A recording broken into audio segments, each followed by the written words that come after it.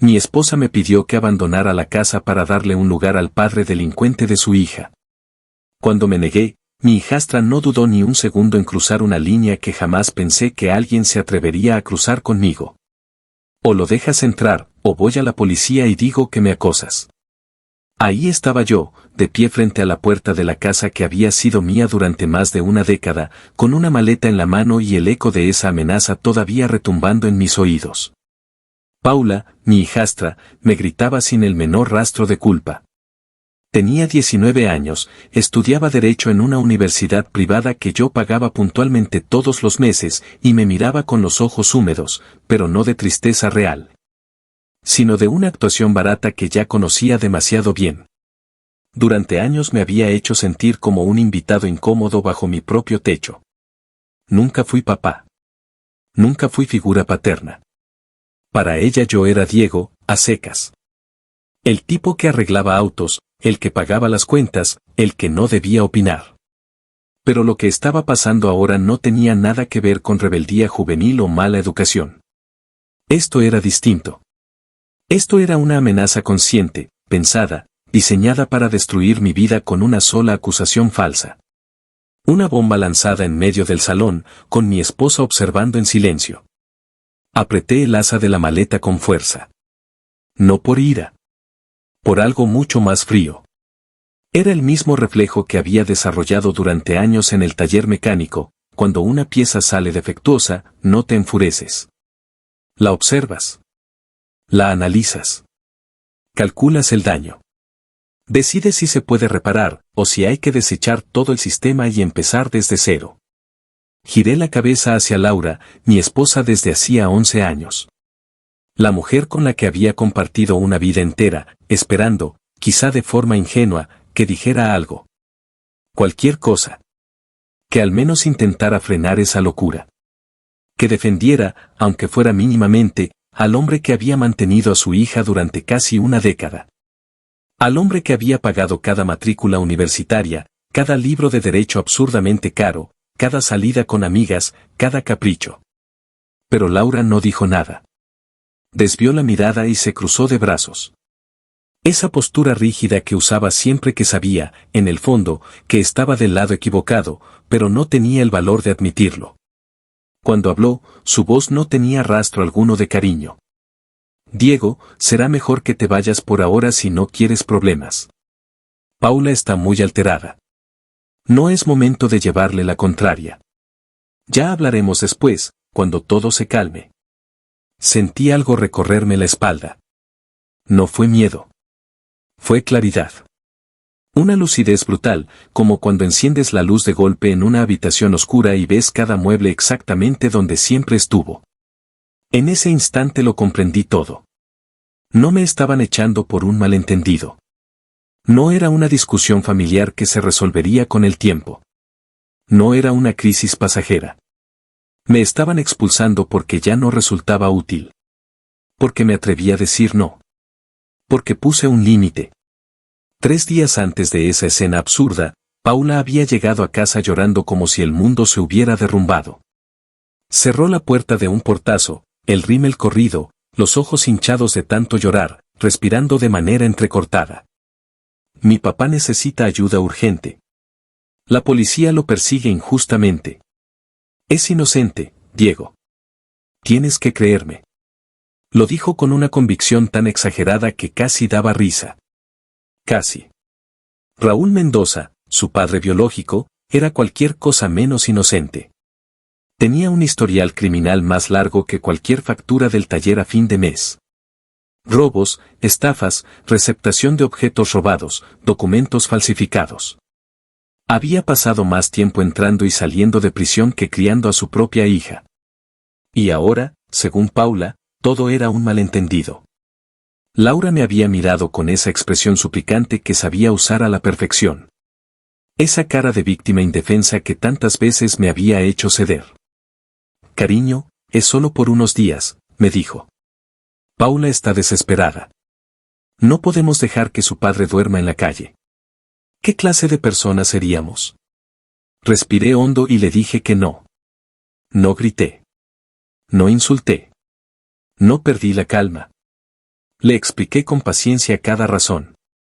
Le hablé de leyes, de consecuencias, de que esconder a una persona buscada por la justicia es un delito grave. Le recordé que esa casa estaba a mi nombre, que mi reputación, mi trabajo como jefe de taller, mi libertad. Todo lo que había construido durante 15 años levantándome antes del amanecer y regresando a casa con las manos cubiertas de grasa. Podía desaparecer en un segundo si la policía tocaba la puerta y encontraba a Raúl escondido allí. Le dije que entendía el dolor de Paula. Que comprendía el vínculo emocional con su padre biológico. Pero que no iba a meter a un criminal bajo mi techo. No iba a arriesgar mi futuro por un hombre que jamás había cumplido con su papel de padre durante 18 años. Paula estalló. No fue una simple discusión, fue una explosión. Gritó como si llevara años acumulando rencor. Eres un egoísta, me lanzó. Siempre lo supe. Nunca te importamos de verdad. Solo te importa tu taller y el dinero. Lloraba, gritaba, arrojaba los cojines del sofá contra la pared, caminaba de un lado a otro como si la casa le quedara pequeña. Me acusó de ser insensible, de no entender lo que significaba la familia, de ser un hombre frío, calculador, incapaz de amar. Laura intentó intervenir con una voz temblorosa, pidiéndonos que bajáramos el tono, pero yo no me moví ni un centímetro de mi postura. Había cosas que no estaba dispuesto a permitir. Y esconder a un delincuente era una de ellas. Paula terminó refugiándose en su habitación, cerrando la puerta de un portazo tan fuerte que hizo vibrar los cuadros del pasillo. Laura me miró como si yo fuera el culpable de todo, como si negarme a cometer un delito me convirtiera automáticamente en el villano de la historia. Podría ser más flexible, murmuró. Al final, es su padre. No contesté. Subí a nuestra habitación y me metí a la ducha. Dejé que el agua caliente cayera sobre mis hombros, intentando soltar la tensión que me tenía rígido por dentro. Pensé que, con el paso de los días, Paula se calmaría. Que buscaría otra solución. Que todo esto quedaría como una rabieta más. Qué equivocado estaba. Al día siguiente, cuando regresé del trabajo, Paula me esperaba en la cocina. Estaba sentada, tranquila, demasiado tranquila. Esa calma artificial que te pone en alerta, porque sabes que esconde algo peligroso detrás. He estado pensando, dijo con una voz suave que no le conocía. Si mi padre no puede quedarse aquí, tendré que buscar otras alternativas. Me parece bien, respondí mientras me servía un café. Hay ayudas, albergues. Él es adulto, sabrá arreglárselas. Ella ignoró completamente mis palabras. También puedo ir a la policía, continuó, y contarles cómo me miras cuando estamos solos, cómo me buscas cuando mamá no está, cómo me dices cosas que no deberías. Sentí que el aire desaparecía del ambiente. La taza se quedó suspendida a medio camino de mi boca. La miré fijamente, esperando encontrar una señal de que estaba bromeando, de que era una exageración absurda. No había nada de eso. Sus ojos estaban fríos. Calculadores. Decididos. ¿Qué acabas de decir? Pregunté con la voz más grave de lo normal. Lo que escuchaste. O mi padre se queda aquí, o hago que tu vida se vuelva un infierno. Tú eliges. Laura había escuchado todo desde el pasillo. Entró despacio a la cocina. Yo esperé. Esperé que reaccionara, que defendiera a su marido, que pusiera un límite claro. Esperé que actuara como madre, como esposa. Pero solo suspiró. Paula, no digas esas cosas. Nada más. Ni una negación. Ni una defensa. Ni una orden para que pidiera disculpas. Solo un comentario tibio, como si estuviera reprendiendo a una niña por decir una grosería. Y ahí lo entendí todo. Hacía mucho tiempo que había perdido a mi esposa. Probablemente años atrás. Yo simplemente había estado demasiado ocupado trabajando, demasiado cansado para notarlo. Está bien, dije finalmente, dejando la taza sobre la encimera con un golpe seco. Que Raúl se quede. Paula sonrió, satisfecha. Laura respiró aliviada. Subí al dormitorio y empecé a hacer la maleta. Había tomado una decisión. Si querían a Raúl en esa casa, podían tenerlo. Pero yo no iba a quedarme esperando a que una mentira destruyera todo lo que había construido. Minutos después estaba en la puerta, con la maleta en la mano. Frente a mí, las dos mujeres que se suponía eran mi familia me observaban como si yo fuera el problema que finalmente se había eliminado. Paula con una sonrisa apenas disimulada. Laura con la expresión cansada de quien solo quiere que el conflicto termine. Muy bien, dije con absoluta calma. Me voy. Laura parecía sinceramente aliviada. Es solo algo temporal, intentó decir. Unos días, hasta que todo se calme. Luego hablamos. No respondí. No había nada más que decir. Tomé la maleta y caminé hacia la puerta. Paula se apartó exageradamente, como si mi cercanía pudiera contaminarla. Antes de salir, me giré una última vez. Quería recordar esa escena para siempre. La sala en la que había pasado incontables tardes viendo partidos del Sporting de Gijón, gritando goles y maldiciendo penales fallados. La cocina donde durante 11 años había preparado cenas después de jornadas interminables, con el cuerpo molido y las manos aún oliendo a aceite y metal. El sofá que Laura y yo habíamos comprado juntos el día que nos mudamos, ilusionados, convencidos de que ese sería nuestro hogar definitivo.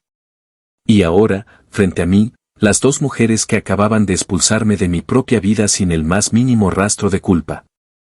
Cuiden bien la casa, dije, forzando una sonrisa que no logró alcanzar mis ojos. Y cuiden muy bien a Raúl. Estoy completamente seguro de que les traerá muchísima felicidad y, por supuesto, ningún problema legal. Paula frunció el ceño, desconcertada por mi tono sereno, casi educado. No entendía por qué no estaba gritando, por qué no suplicaba, por qué no reaccionaba como ella esperaba. Laura, en cambio, asintió rápido, casi con prisa, deseosa de que todo terminara cuanto antes, de cerrar la puerta y borrar la escena.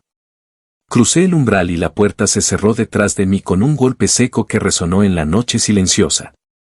El aire frío de Gijón me golpeó el rostro como una bofetada repentina. Eran las 9:30 de la noche. Las farolas proyectaban esa luz amarillenta y triste que siempre me había parecido deprimente. Metí la mano en el bolsillo de la chaqueta y saqué el teléfono. Tenía una llamada importante que hacer. Un sitio muy concreto al que debía ir esa misma noche. Mientras caminaba hacia mi furgoneta del trabajo, estacionada en la esquina, pensé en todo lo que había construido durante años. 15 años trabajando como jefe de taller mecánico en uno de los talleres más respetados de la ciudad. Me había destrozado la espalda levantando motores, reparando cajas de cambio, arrastrándome bajo coches durante horas. Había forjado una reputación sólida basada en honestidad y buen trabajo. Los clientes confiaban en mí. Los empleados me respetaban. A Laura le había dado una vida cómoda, sin lujos extravagantes, pero sin carencias. Nunca le faltó nada. Vacaciones cada verano. Cenas fuera los fines de semana. Un coche decente. Una casa propia en un barrio tranquilo. Y a Paula la había tratado como si fuera mi hija biológica desde el primer día, aunque ella jamás me hubiera ofrecido un solo gracias sincero. Pagué su universidad sin quejarme ni una vez. Le compré un portátil nuevo de 800 euros cuando el suyo se estropeó en segundo año. La llevé de urgencia al hospital aquella noche aterradora en la que sufrió apendicitis mientras Laura estaba de viaje visitando a su madre. Me quedé toda la noche en la sala de espera hasta que salió de cirugía. Y ahora esa misma chica acababa de amenazarme con destruir mi vida, con acusarme falsamente de algo atroz solo para lograr que un delincuente habitual se escondiera en mi casa. Arranqué la furgoneta y el motor cobró vida con ese ronroneo familiar que siempre me había resultado reconfortante. Conduje en absoluto silencio por las calles casi desiertas de la ciudad. No encendí la radio. No puse música. Solo el sonido del motor y mis pensamientos. No sentía rabia descontrolada. No sentía esa tristeza devastadora que cualquiera esperaría de un hombre expulsado de su hogar por su propia familia. Sentía algo mucho más peligroso. Mucho más útil. Claridad absoluta. Había aprendido algo esencial en mis años como mecánico, una lección que servía tanto para motores como para personas. Cuando algo está roto más allá de cualquier posibilidad de reparación, cuando las piezas están tan dañadas que arreglarlo costaría más que su valor total, no pierdes tiempo intentando salvarlo. Lo desmontas con calma. Pieza por pieza. Rescatas lo que aún sirve, lo que tiene valor, y el resto lo envías directamente al lugar que le corresponde, el desguace. Aparqué frente a un edificio que conocía perfectamente de vista, aunque jamás había entrado. Las luces seguían encendidas a pesar de la hora. Perfecto. Eso significaba que había alguien de guardia dispuesto a atenderme. Tomé la maleta del asiento del copiloto y entré con paso firme. La recepcionista, una mujer de unos 40 años con uniforme, levantó la vista del ordenador y me observó con curiosidad profesional. No debía de ser habitual que alguien apareciera a esas horas con una maleta y una expresión tan seria. Buenas noches. ¿En qué puedo ayudarle? Dejé la maleta en el suelo, apoyé ambas manos sobre el mostrador y la miré directamente a los ojos. Mi voz salió calmada, fría, cada palabra cuidadosamente medida. Vengo a presentar una denuncia formal por amenaza de falsa acusación y expulsión forzosa de mi domicilio. La mujer parpadeó, sorprendida. Tomó un bolígrafo y un formulario. Entiendo. Tome asiento, por favor. Enseguida lo atenderán. Me senté en una de las sillas de plástico duro de la sala de espera, con la maleta a mis pies, y esperé. Por primera vez en 3 días, sonreí. Una sonrisa pequeña y helada, sin rastro de alegría, pero llena del silencioso placer de tener un plan. Porque si Paula creía que 2 años estudiando derecho la convertían en alguien lista, estaba a punto de aprender una lección que ningún profesor universitario le había enseñado todavía. Hay batallas que no se ganan a gritos ni con los puños. Hay guerras que se libran con papeles, declaraciones firmadas, testigos, pruebas irrefutables y una paciencia casi inhumana. Y yo acababa de mover la primera pieza del tablero. El agente que me atendió aquella noche se apellidaba Martínez. Rondaría los 50 años, rostro cansado, ojeras profundas y esa expresión de alguien que ha escuchado 1000 historias distintas y cree haberlo visto todo. Sin embargo, a medida que le fui relatando mi situación, noté cómo sus cejas se arqueaban lentamente. Déjeme ver si entendí bien, dijo mientras tecleaba con parsimonia en el ordenador. Su hijastra lo amenazó con acusarlo falsamente de acoso sexual si no permitía que su padre, que además es un fugitivo, se escondiera en su domicilio. Y su esposa respaldó esa amenaza y le exigió que abandonara la vivienda. ¿Es correcto? Exactamente, respondí sin titubear. La casa está a mi nombre. He pagado cada euro de la hipoteca durante 10 años. Y aún así me expulsaron bajo la amenaza directa de destruir mi vida. Martínez negó despacio con la cabeza. Esto es muy grave. Y el hecho de que haya venido inmediatamente a denunciarlo juega completamente a su favor. Si esa acusación fuera real, usted no estaría aquí registrándolo oficialmente. Lo entendí al instante. Estaba creando un registro formal, una constancia legal que demostraría que cualquier acusación posterior sería una represalia premeditada. Una historia fabricada. Pasé casi 2 horas relatando cada detalle con absoluta precisión, las palabras exactas de Paula, la reacción tibia de Laura, el ultimátum, los antecedentes criminales de Raúl Mendoza. Martínez consultó el historial del tipo en el sistema. Al ver la pantalla, silbó suavemente. Vaya currículum, murmuró. Este hombre no es ningún santo precisamente. Finalmente me entregó varios documentos. Firme aquí. Este es su número de denuncia. Guárdelo como oro. Y escuche mi consejo, no regrese a esa casa hasta que todo esto se resuelva. No llame, no escriba. Si intentan contactarlo, que sea mediante abogado o con la policía presente. No pensaba volver. Salí de la comisaría pasada la medianoche, con una copia certificada de la denuncia bien guardada en el bolsillo. Encontré una pensión modesta a pocas calles de allí. La dueña, Rosa, una mujer mayor de mirada práctica, no hizo preguntas cuando aparecí con una maleta a esas horas. Le pagué 2 meses por adelantado. La habitación era pequeña, austera, casi espartana, pero era mía. Me senté en el borde de la cama y saqué el teléfono. Tenía 3 mensajes de Laura.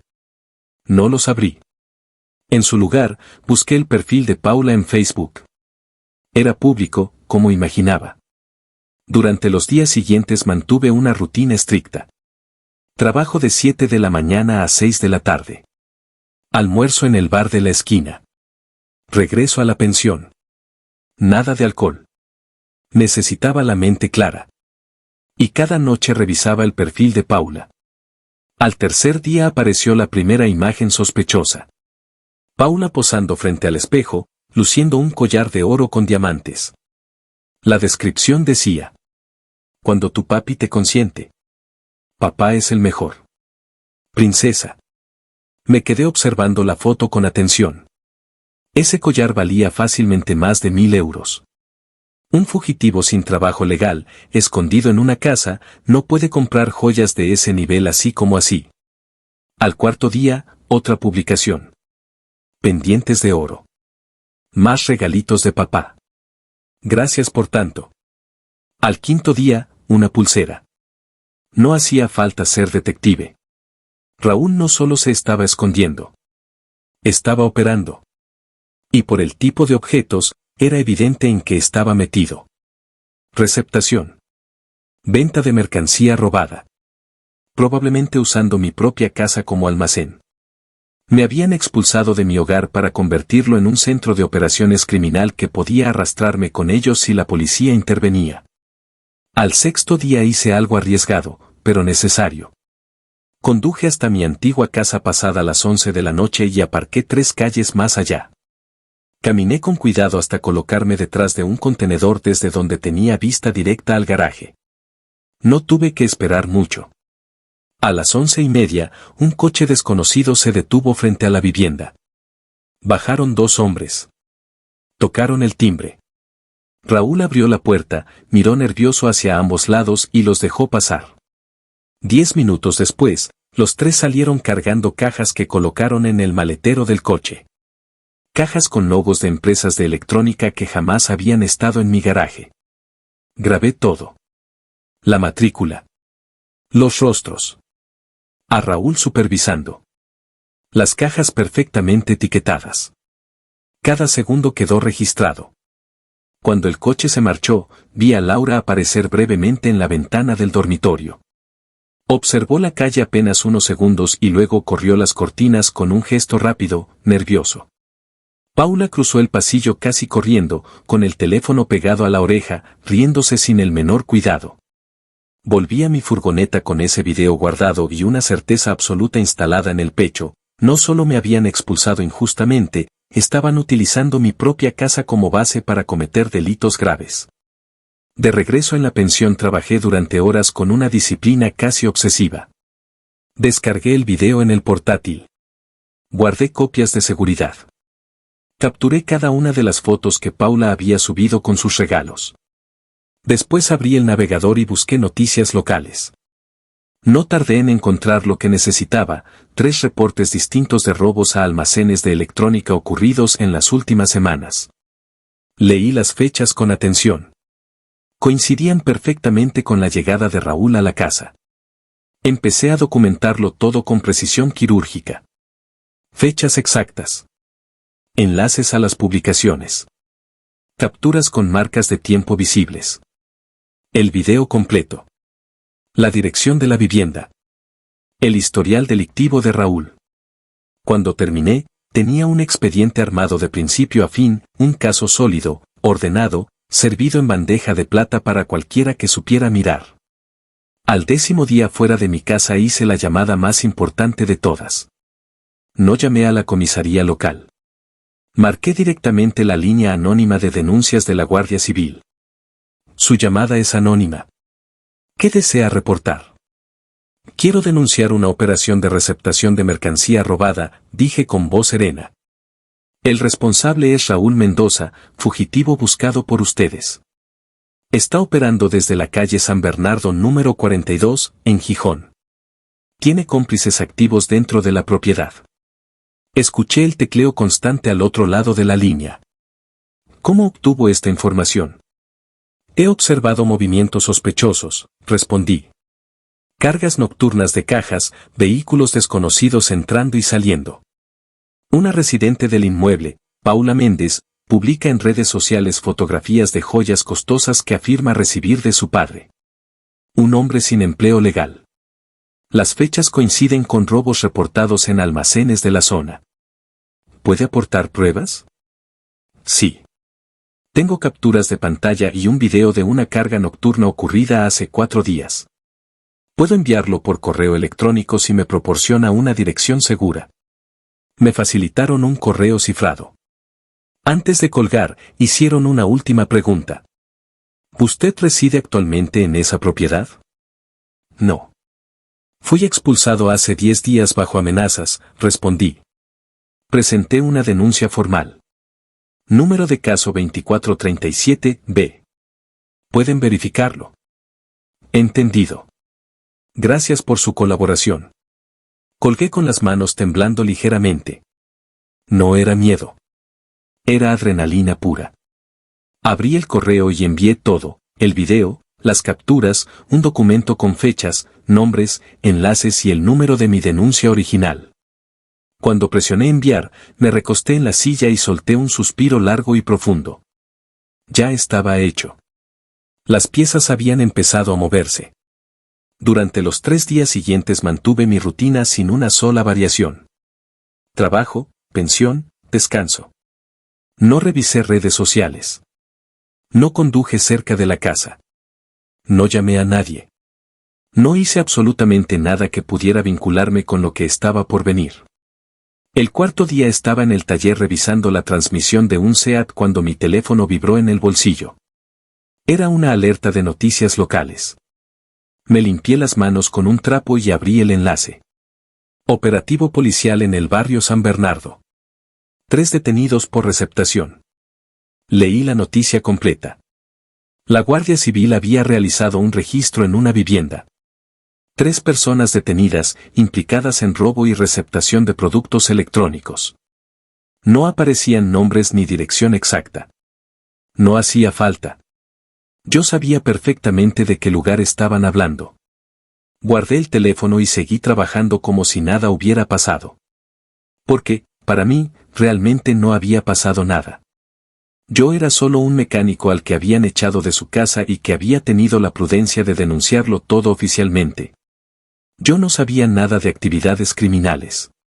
No había pisado esa vivienda en 14 días. Y tenía documentos oficiales que lo acreditaban. Esa noche, en mi habitación, abrí una cerveza fría y me senté junto a la ventana observando las luces de la ciudad. Por primera vez en 2 semanas sonreí de verdad. No era felicidad. Era la satisfacción profunda de saber que cada pieza había encajado exactamente donde debía. Sabía que al día siguiente recibiría una llamada oficial. Tendría que declarar como propietario del inmueble. Mostraría mi denuncia original y explicaría por qué no residía allí.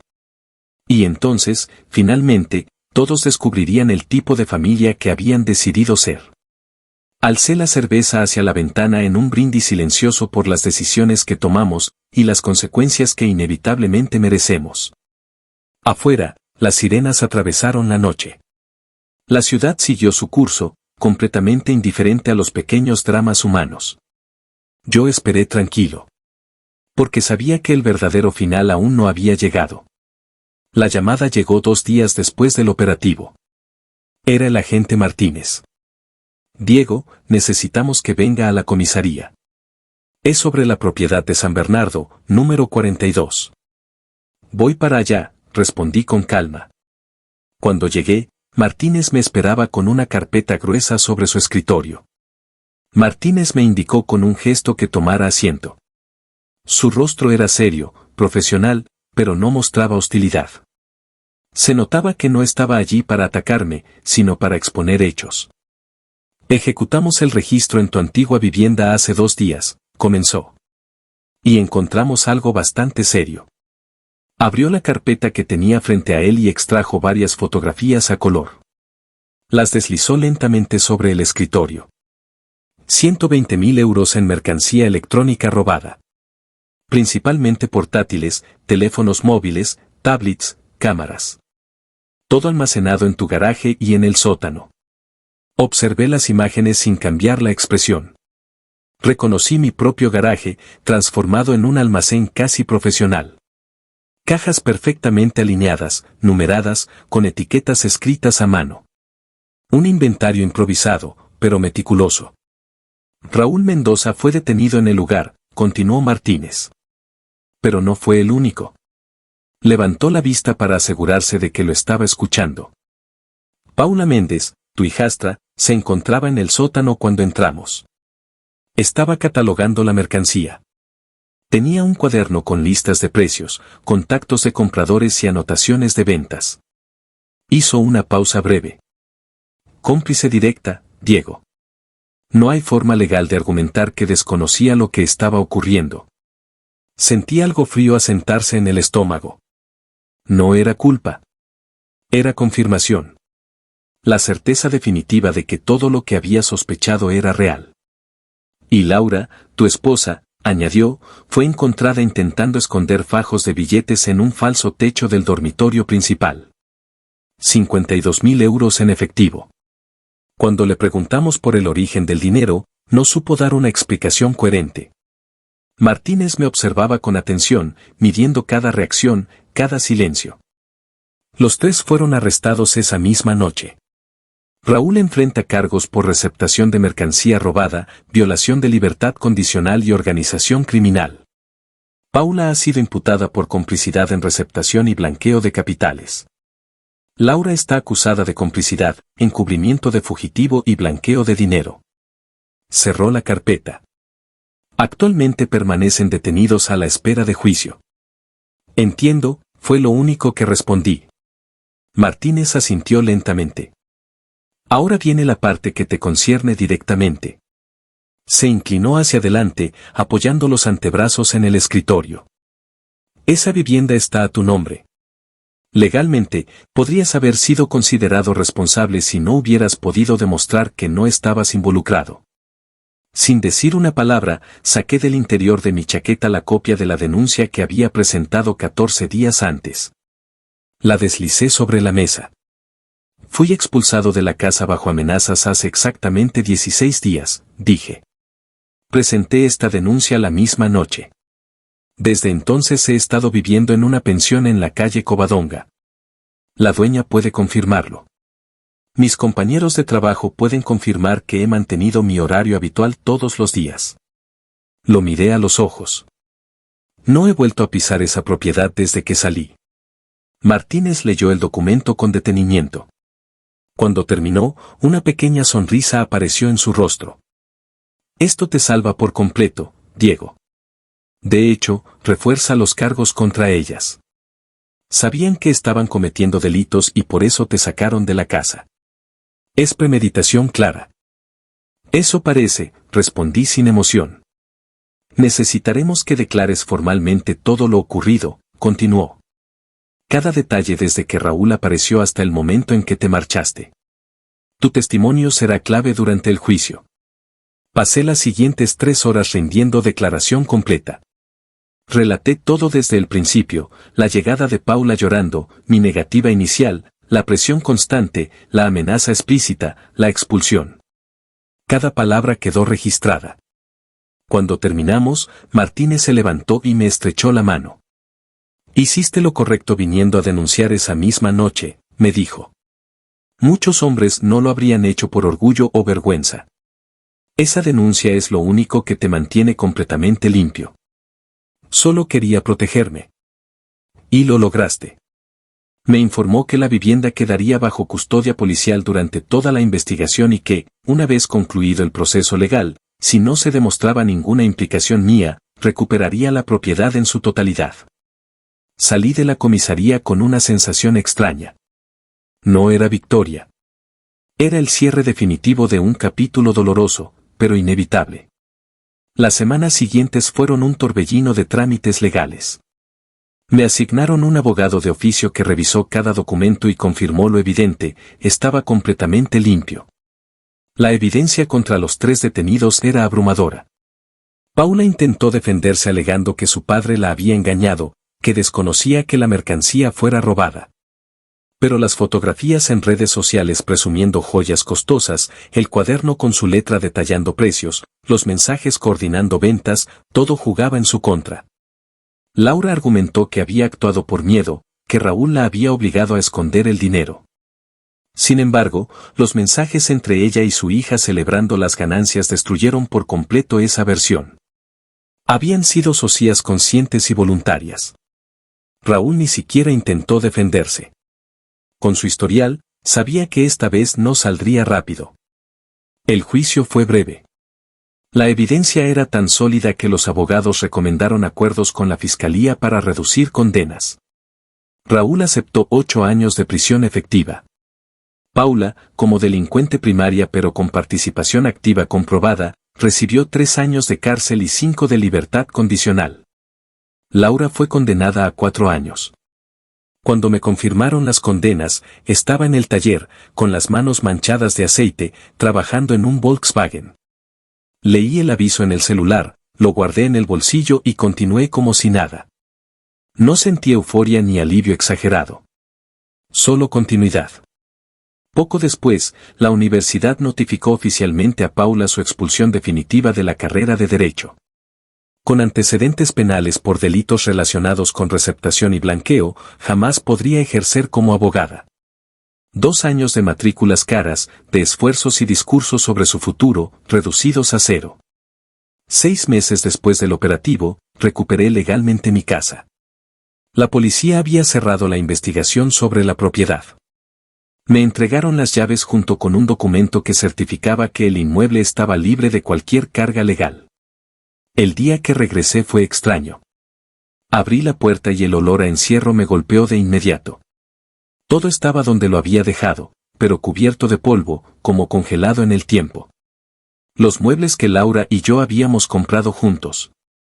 Las fotos en las paredes que ya no representaban nada. Pasé 3 días limpiando sin parar. Tiré a la basura todo lo que me recordaba a ellas. La ropa que Laura dejó. Los libros de derecho de Paula. No dudé ni un segundo. Cada objeto cargado de recuerdos salió de mi vida. Contraté a un pintor y cambié los colores de las paredes. Compré muebles nuevos para el dormitorio. Instalé una cerradura distinta en la puerta principal. La casa seguía siendo la misma por fuera, pero por dentro era otra cosa. Se sentía limpia. Se sentía mía. Volví a la rutina del taller. Mis compañeros no hicieron demasiadas preguntas.